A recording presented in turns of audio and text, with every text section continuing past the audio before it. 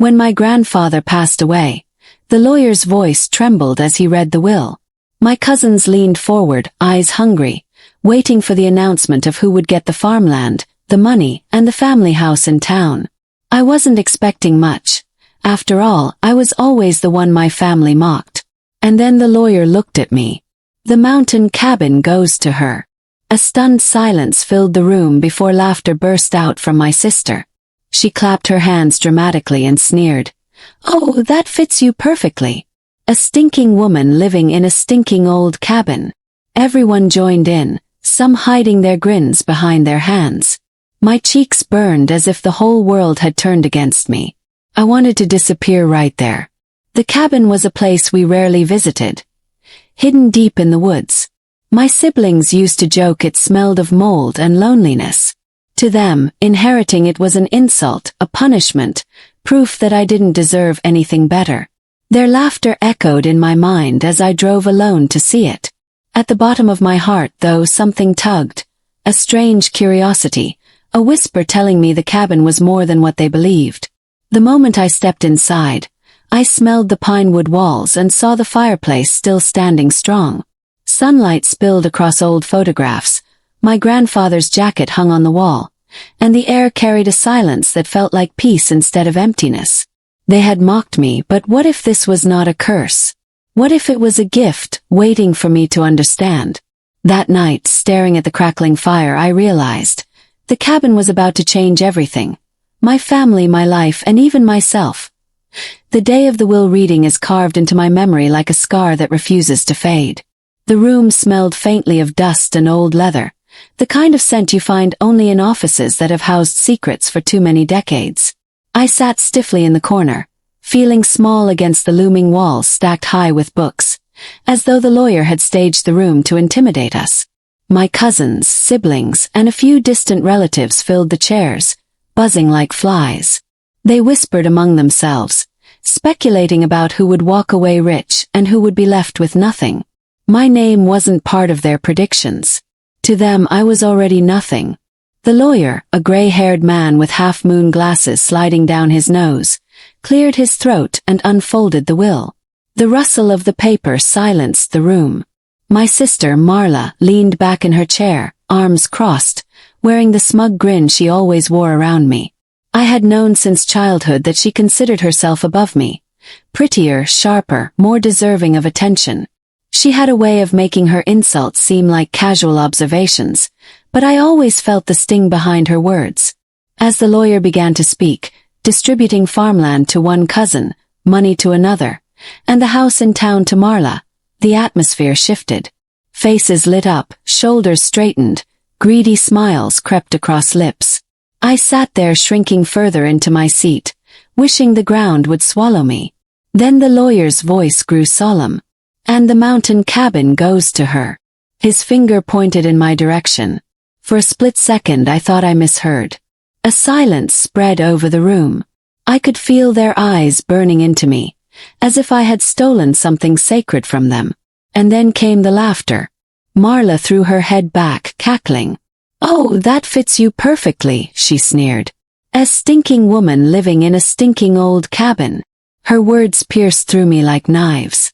The others chuckled, some hiding it behind their hands, others not bothering at all. My face flushed so hot I thought my skin might peel away. I forced myself to sit still, my nails digging into my palms, my throat tight with shame. Cabin. I remembered it vaguely, a shadow from childhood visits. It sat deep in the woods, a lonely wooden structure that smelled of dampness and time. We had gone there only a handful of times, and I recalled how my siblings would wrinkle their noses and joke about how it stank. They said it was cursed, a place no one wanted. And now it was mine, handed to me like a slap in the face. Marla leaned toward me, her voice low enough for only me to hear, but sharp enough to slice. "Guess even grandfather thought you were better off hidden away where no one has to see you." Her breath was warm against my ear, thick with satisfaction. I bit the inside of my cheek so hard I tasted blood. The rest of the reading blurred together. I hardly heard the lawyer's voice anymore, just the echo of their laughter rattling inside my skull. When it was finally over, They all gathered their papers and prizes with triumphant faces. Some offered me pitying looks, as though I had been punished rather than rewarded. Marla strutted past me, her heels clicking against the wooden floor like hammers. "Enjoy your rotting little shack," she whispered, flashing me a smile that dripped with poison. I drove home in silence, gripping the steering wheel so tightly my knuckles ached. The cabin weighed heavily on my mind. I tried to convince myself it was useless, a burden I would probably sell. But deep in my chest something stirred. A faint curiosity, a whisper that maybe, just maybe, the cabin held something more. After all, why would grandfather leave it specifically to me? That night, sleep refused to come.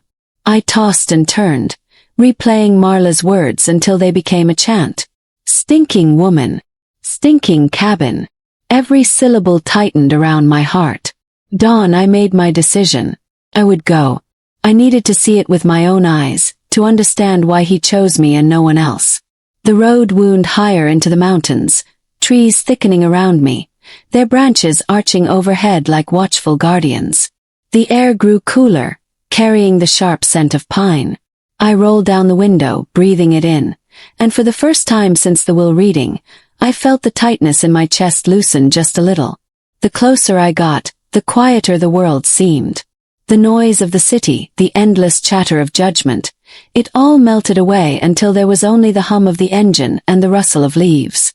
When I finally pulled up to the cabin, my breath caught in my throat. It stood exactly as I remembered, but older now, weathered by years of storms and silence. The wooden walls were darkened by rain and time, the roof sagging slightly at the edges. Vines crawled across one side, as if nature had been trying to reclaim it.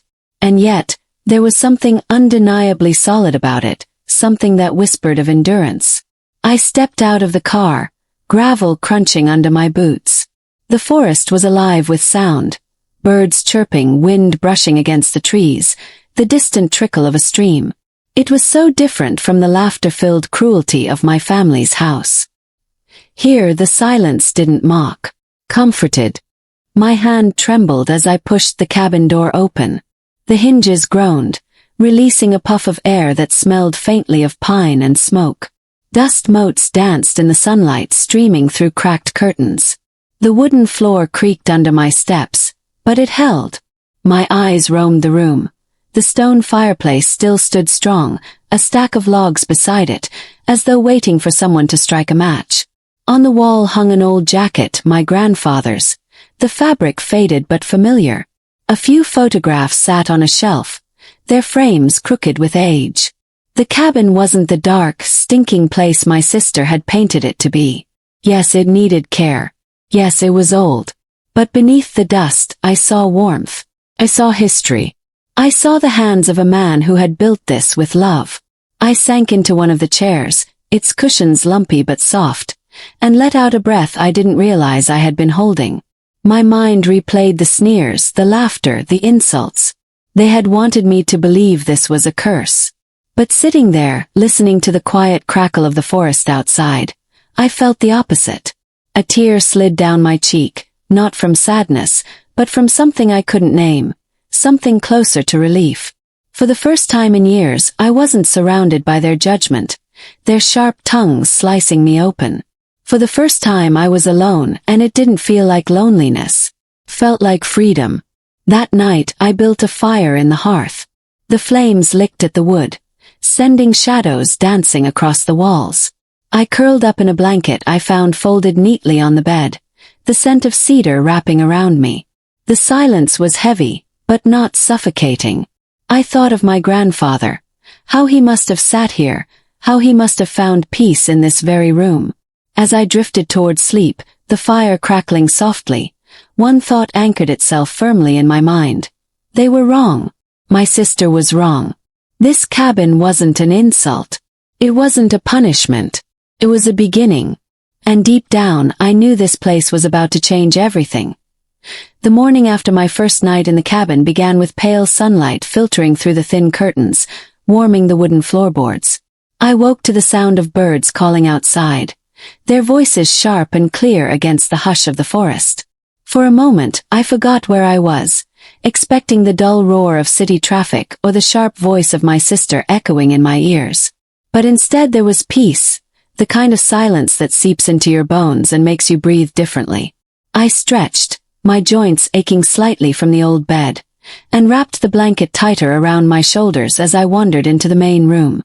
The fire from the night before had long gone cold, leaving behind a bed of gray ash, but the air still carried a faint warmth, as if the walls themselves were holding onto it.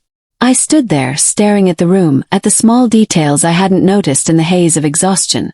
The way the floorboards were worn smooth near the fireplace, the hand-carved edges of the mantel, the faint smell of tobacco and pine sap that seemed to live within the wood. This wasn't just a place to sleep. It was a place that had lived.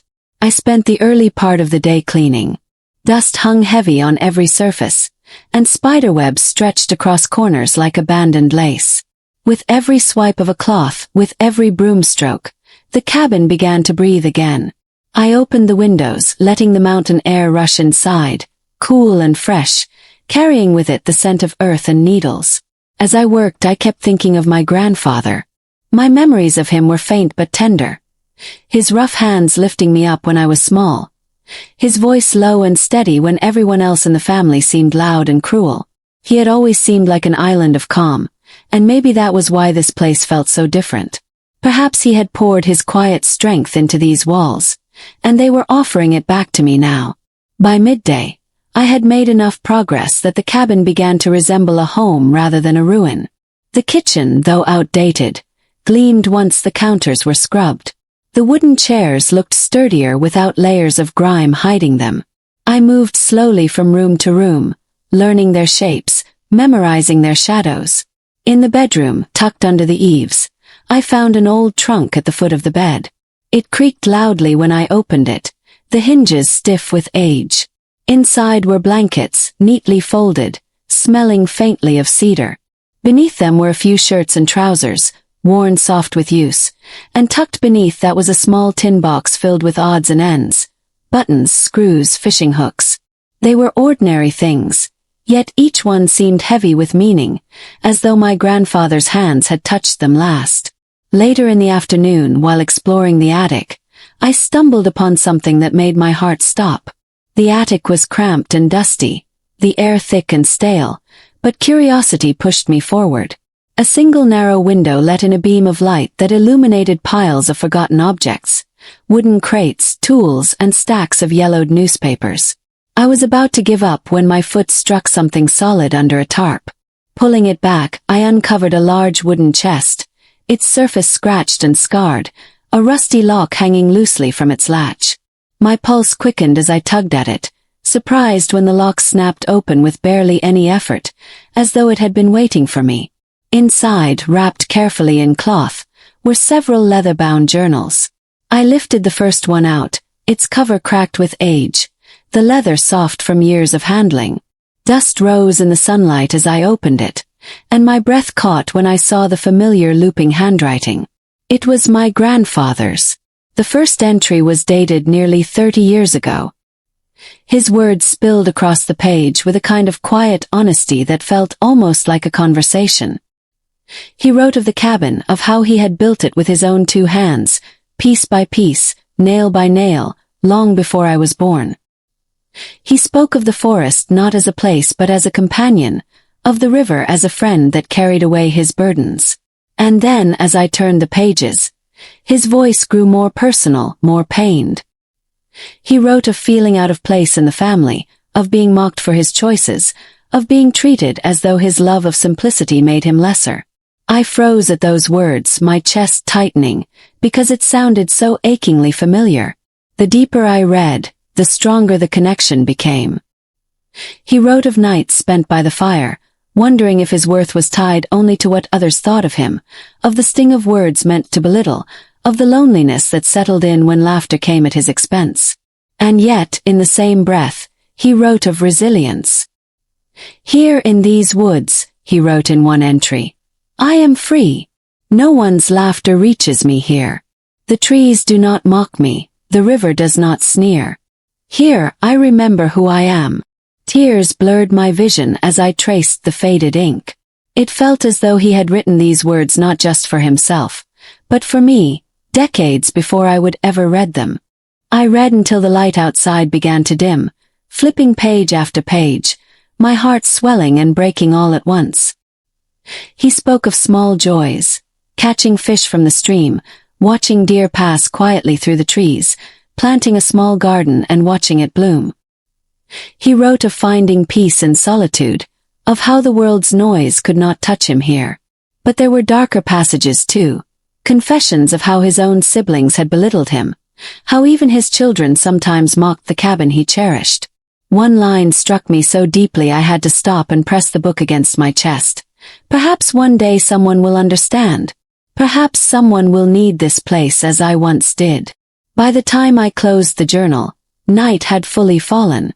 I lit the fire again, the flames crackling, and placed the journal carefully on the table beside me. I couldn't stop staring at it, at the words that had seemed to echo my own life. My sister's mocking laughter, her cruel words, suddenly felt smaller, weaker. They were nothing compared to the voice of the man who had endured the same cruelty and yet carved out peace for himself. For the first time in years I felt less alone. I felt as though he had reached across time to hand me these words, to remind me that what they called weakness was something entirely different. I picked up another journal, flipping through its pages briefly before closing it again. I didn't want to rush. These were treasures, lessons, pieces of him that I had never known. And I wanted to savor them, to let them sink slowly into me like the warmth of the fire. The cabin no longer felt like a burden, no longer felt like an insult. It felt like an inheritance of the soul, something priceless that no one else in the family had the heart to see.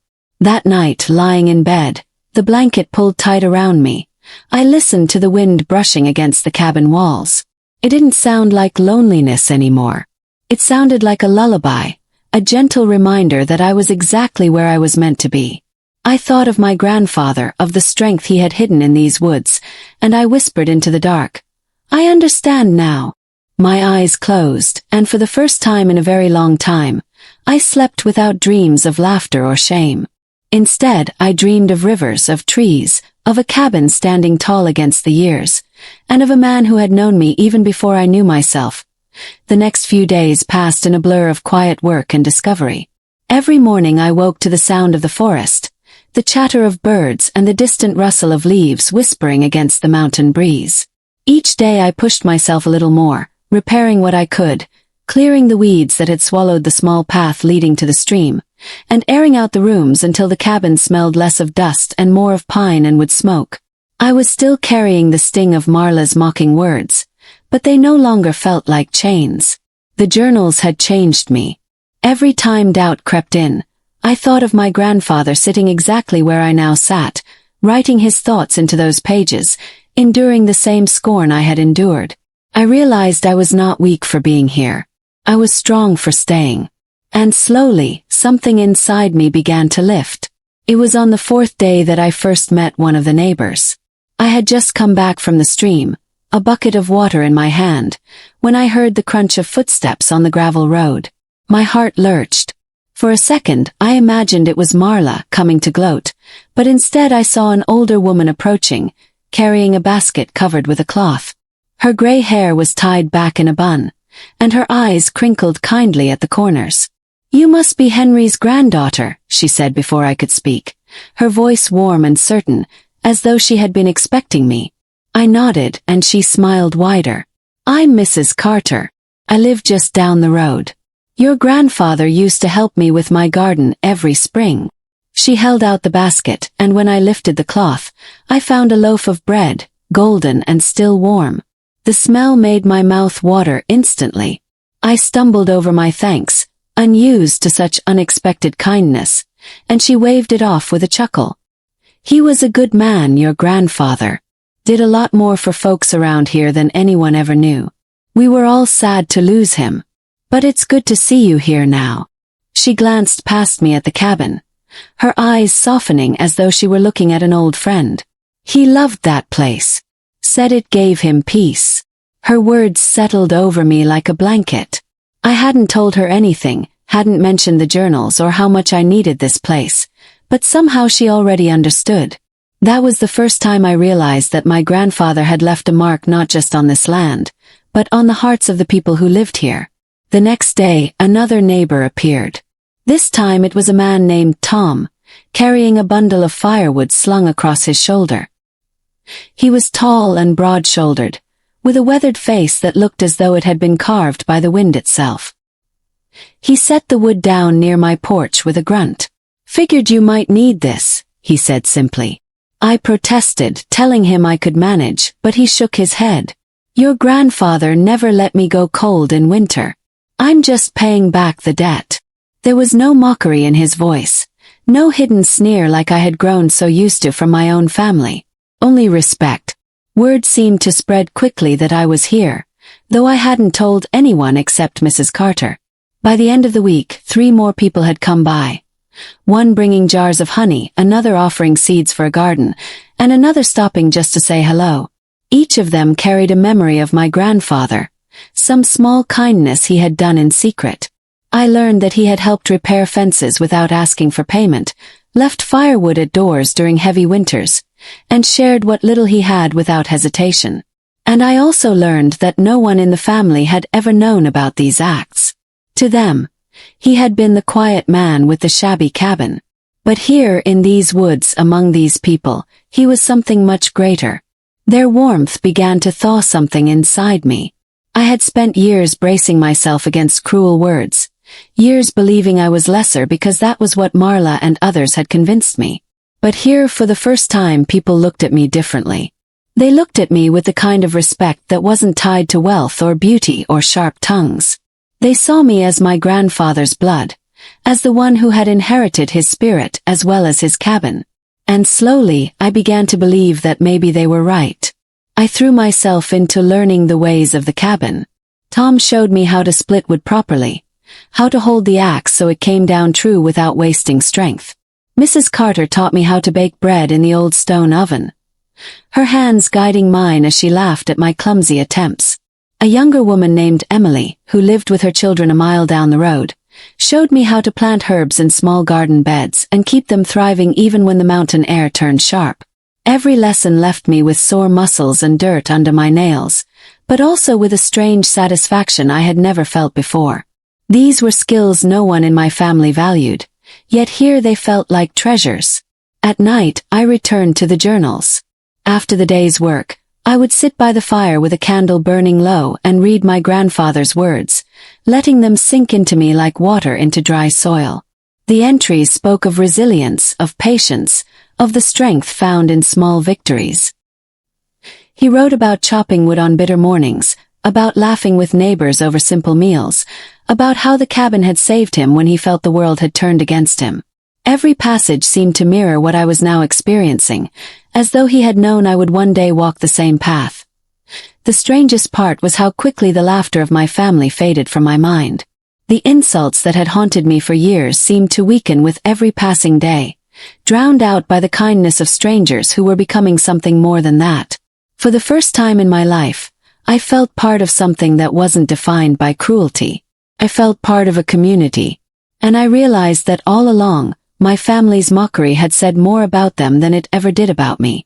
One evening, as the sun dipped behind the trees and painted the sky with streaks of gold, Mrs. Carter stopped by again.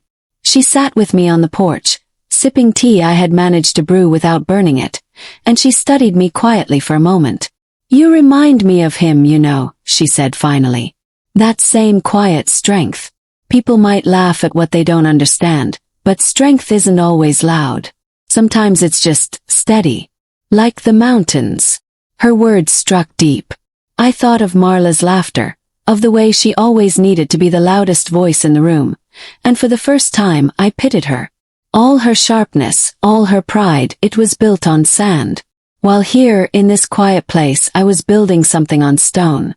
That night, lying in bed, I realized that the cabin was no longer just my grandfather's sanctuary. It was becoming mine too. I wasn't just surviving here, I was changing. Each day I grew stronger, not because I had escaped my family, but because I was finally learning who I was without their shadows pressing down on me. The cabin was teaching me to stand tall, and the people around it were teaching me that respect wasn't something you demanded with cruelty, but something you earned with kindness. And as the fire flickered low, I whispered a silent promise into the darkness, that I would honor this inheritance, not just by keeping the cabin standing, but by living the kind of life my grandfather had lived. A life rooted in strength, kindness, and quiet dignity. A life no amount of mocking could ever take from me. I had almost stopped thinking about Marla by the time she arrived. The days in the cabin had softened me in unexpected ways, filling the empty spaces in my chest with things I never thought I would know.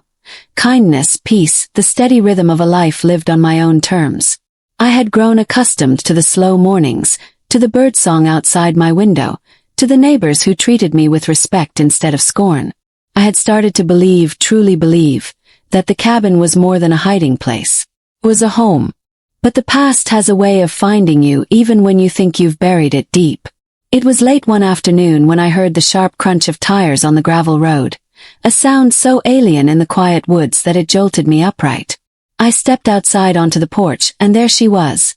Marla, stepping out of her shiny black car, her heels sinking awkwardly into the dirt, her sunglasses glinting in the fading sun. The sight of her sent a tremor through me. For a moment, all the old memories came rushing back.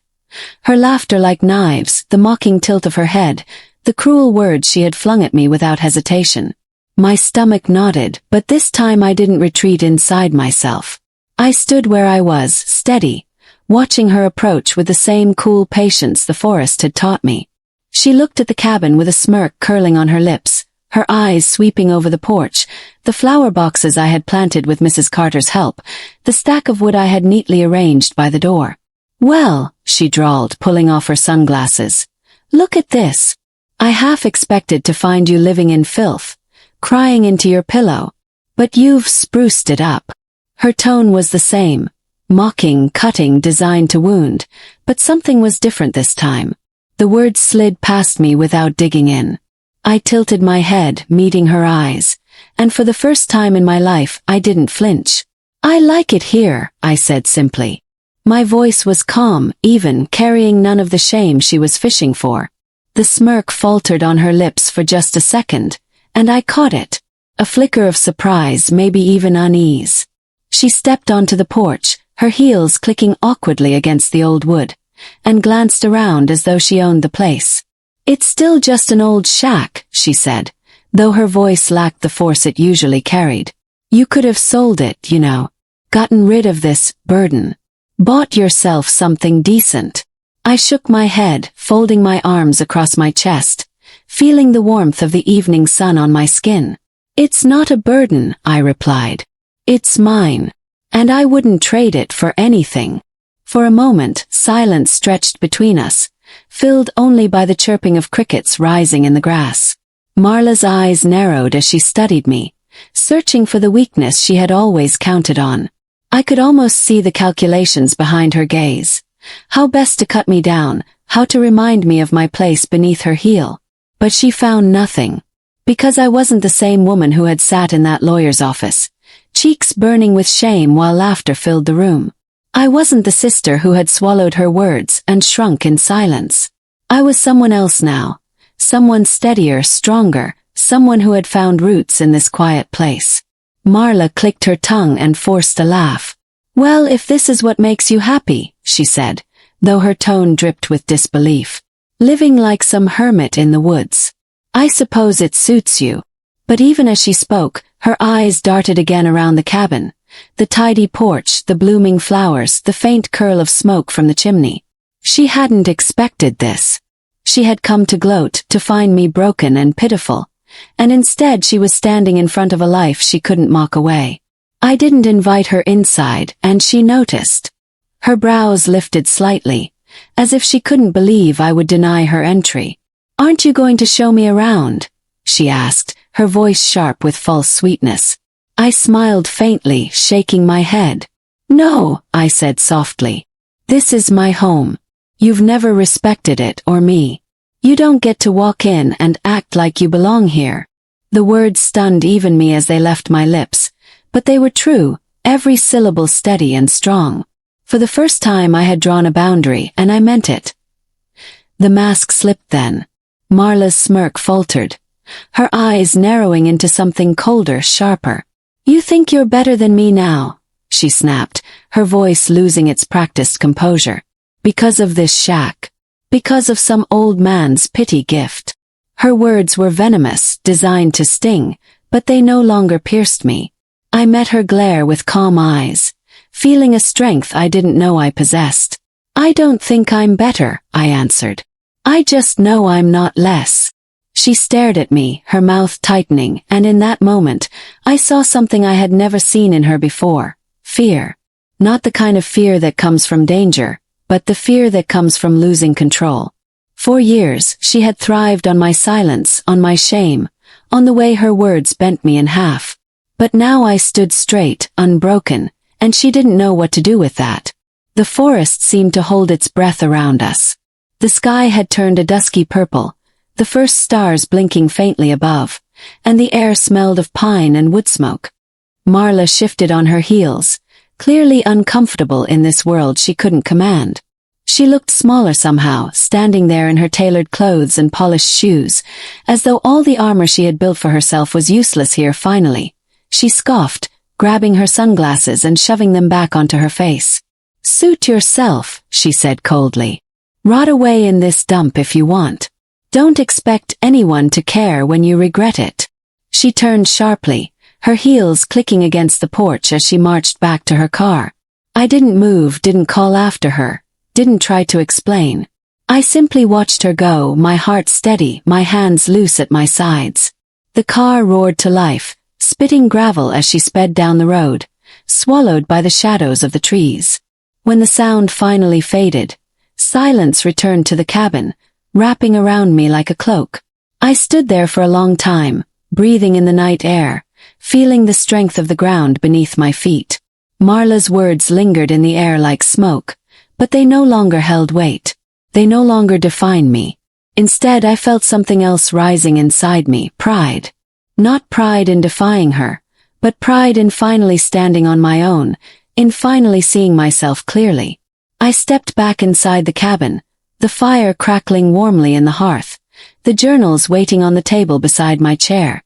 I touched the worn leather cover of one and smiled, whispering into the quiet, "I did it, grandfather. I finally did it." And in the steady rhythm of the flames, in the peace that filled the walls, I could almost hear his voice whisper back, "You were always meant to." That night, I slept soundly, my dreams filled not with laughter or shame, but with light and strength. And when I woke at dawn, the sun spilling gold across the cabin floor, I knew that a shift had taken place. Marla no longer had power over me. None of them did. I had found something greater here, something they would never understand. And that was more powerful than any inheritance they could ever claim. The days after Marla's visit felt strangely lighter, as though a shadow had lifted from the cabin and drifted far away into the woods where it could no longer touch me. I woke each morning with a rising sun, my body tuned to the rhythms of this place, and every sound seemed sharper, every sight clearer. The dew glistened like silver threads on the grass, the breeze carried the scent of pine and fresh earth, and the birds' calls no longer sounded like background noise but like conversations that I was slowly learning to understand. There was peace here, yes, but there was also a kind of quiet strength I hadn't known I needed until it was mine. For so long I had been told I was lesser, that I didn't belong, that everything I touched would rot under my hands. And yet, this cabin flourished beneath my care. The flowers I had planted grew strong, the woodpile never dwindled, and the walls felt more alive with each passing season. It was as if the cabin itself knew I had chosen it, and in return it had chosen me. Marla hadn't returned since that night, and I doubted she would. Her pride would never allow her to face me again after seeing me stand firm, after hearing me say the words that stripped her of her power. "I am not less." Those words had echoed inside me ever since, strengthening me in ways I could not describe. I no longer carried the weight of proving myself to her, or to anyone else. I had only myself to answer to, and for once that was enough. The cabin became not only a home but also a teacher, showing me how to trust myself, how to breathe without fear, how to find worth in the smallest details. One evening, as the sky blazed orange and purple, I sat by the fire with one of my grandfather's journals open on my lap. His handwriting looped across the page in steady strokes, describing a storm that had nearly torn the roof from the cabin decades ago, and how he had rebuilt it stronger than before. A home, he had written, is not measured by its perfection, but by how it endures what tries to break it. I ran my fingers over those words, and tears filled my eyes, not from sadness but from recognition. I had endured storms of my own, storms of words and cruelty, and though I had been bent, I had not broken. This cabin, like me, had survived. As autumn crept in, the forest transformed around me. Leaves turned golden, then scarlet, then fell in soft piles that crunched beneath my boots as I walked the trails. I spent hours outside, cutting wood, preparing the cabin for the winter, learning tasks that once would have terrified me. The neighbors still stopped by, sometimes with jars of preserves, sometimes with advice, always with kindness that I was still learning to accept without suspicion. They treated me as though I belonged here, not as an outsider, not as a burden. And little by little, I began to believe it myself. It was on one of those crisp mornings, my breath puffing in clouds before me, that I realized the truth. I no longer felt the sting of Marla's words.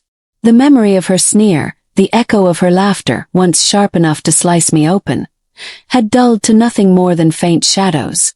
I could think of her without trembling, without anger, without grief. She had mocked me for inheriting the cabin, had meant it as an insult, but she had been wrong. The inheritance wasn't a punishment. It was a gift not of money or grandeur, but of freedom, of roots, of a life untouched by the poison of her scorn. Winter came with quiet ferocity, blanketing the forest in thick layers of snow. At first, I worried about how I would manage, whether the cabin could withstand the cold, whether I would be strong enough to endure the long nights. But as the days passed, I discovered a resilience I hadn't known was there. I learned how to keep the fire steady, how to cook hearty stews that filled both the belly and the heart, how to carve paths through the snow when it grew too deep. The solitude that once might have crushed me instead wrapped around me like a companion, teaching me that I was never truly alone. The cabin held me in its embrace, and the forest outside stood as my silent guardian. One night, as the wind howled against the walls and the fire cast dancing shadows across the room, I sat again with my grandfather's journals. This time I found a passage near the end, written in a hand slightly more frail but still steady. One day, he had written, someone will inherit this place, not for its walls or its land, but for what it carries. May they find in it not just shelter, but themselves. My throat tightened, and I closed the journal gently, pressing it to my chest. He had left this for me, not by accident, not as a punishment, but with intention. He had known what I would need, even when I didn't know it myself. The realization struck me like a bell. This inheritance was not just about the cabin. It was about the strength to rise from the ashes of ridicule and cruelty, about the courage to claim my place in the world without apology. It was about finally seeing myself as worthy, as whole. And I had found that here, in these wooden walls, under this roof that had weathered storms and years. When spring returned, soft and green, I planted a small garden near the porch. Tomatoes, beans, herbs, all modest but mine. As I pressed the seeds into the soil, I thought of my grandfather's hands doing the same, of generations before me who had lived with the land instead of fighting against it. The cycle continued, and I was now part of it, not as an afterthought, not as someone unwanted, but as the rightful steward of this place. Marla's face came to me only rarely now, flickering like a ghost in my memory. Sometimes I wondered if she still thought of me, if she still sneered at the thought of her sister rotting in the woods. Maybe she did. Maybe she always would. But it didn't matter anymore. Her voice no longer held sway over me. The only voices I heard now were the ones that mattered. The whisper of the trees, the call of the birds, the quiet echo of my grandfather's faith in me. On the anniversary of the day I first came to the cabin, I stood on the porch as the sun rose, the world bathed in gold. A year ago I had been broken, humiliated, convinced that this place was a sentence. Now I stood tall, unafraid, proud of the woman I had become. I breathed in the morning air, crisp and alive, and felt something bloom inside me. Something fierce, something unshakable. "This is my home," I whispered to the wind, my voice steady and sure. "And I am enough." The forest seemed to answer back, the leaves rustling in agreement, the sunlight spilling like a blessing across the ground. I turned, opened the cabin door, and stepped inside, not as someone running from the world, but as someone who had finally found her place within it. And in that quiet moment, I knew the truth. I had not just inherited a cabin. I had inherited freedom, strength, and the unshakable certainty that I was worthy of love, of respect, of life itself. The cabin was not a symbol of my shame. It was the proof of my survival, the mark of my transformation, the beginning of my true story. Don't miss the full story. Like, comment, and share your thoughts with us. Subscribe to Twisted Fate Chronicle for more shocking and unforgettable tales.